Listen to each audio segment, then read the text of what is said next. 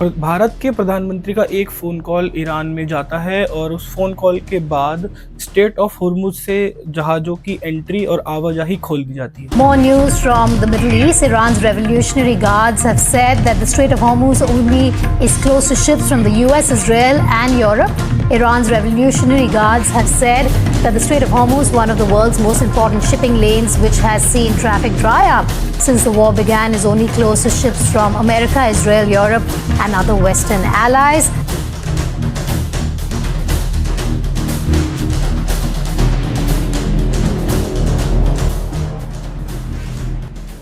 नमस्कार दोस्तों, मैं हूं अभिषेक और बहुत स्वागत है आपका इस वीडियो में।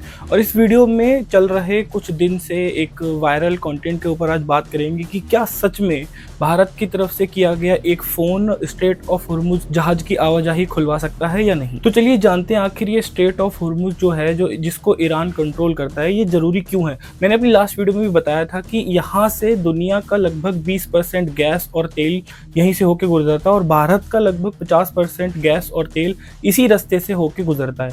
और जो अभी जितनी भी वॉर की सिचुएशन मिडल ईस्ट में चल रही है, वो पूरा का पूरा यही एक पॉइंट है जहां पर सबसे ज्यादा तनाव इस समय मौजूद है। तो अब बात करते हैं असली खबर की। तो 13 मार्च 2026 को ईरान ने भारत के 2 जहाजों को आने की अनुमति दी, जिसमें से इकोनॉमिक टाइम्स की सोर्स के हिसाब से माने तो एक का नाम पुष्पक और दूसरे का नाम परिमल बताया जा रहा है। इन 2 जहाजों को ईरान ने अनुमति दी है कि वो इस स्ट्रेट ऑफ हुर्मुज को पार कर इंडिया की तरफ आ सके।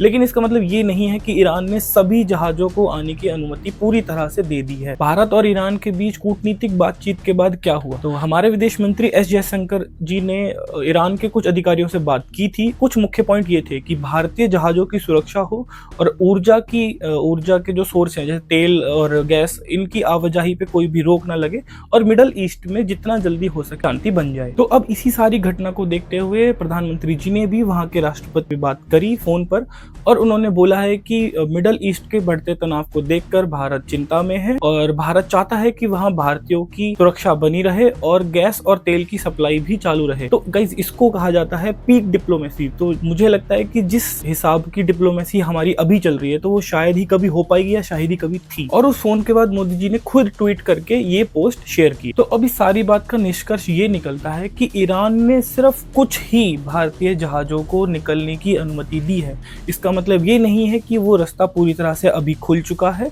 और सभी जहाजों को वहां से निकलने की अनुमति दे दी गई है। ऐसा बिल्कुल भी नहीं है।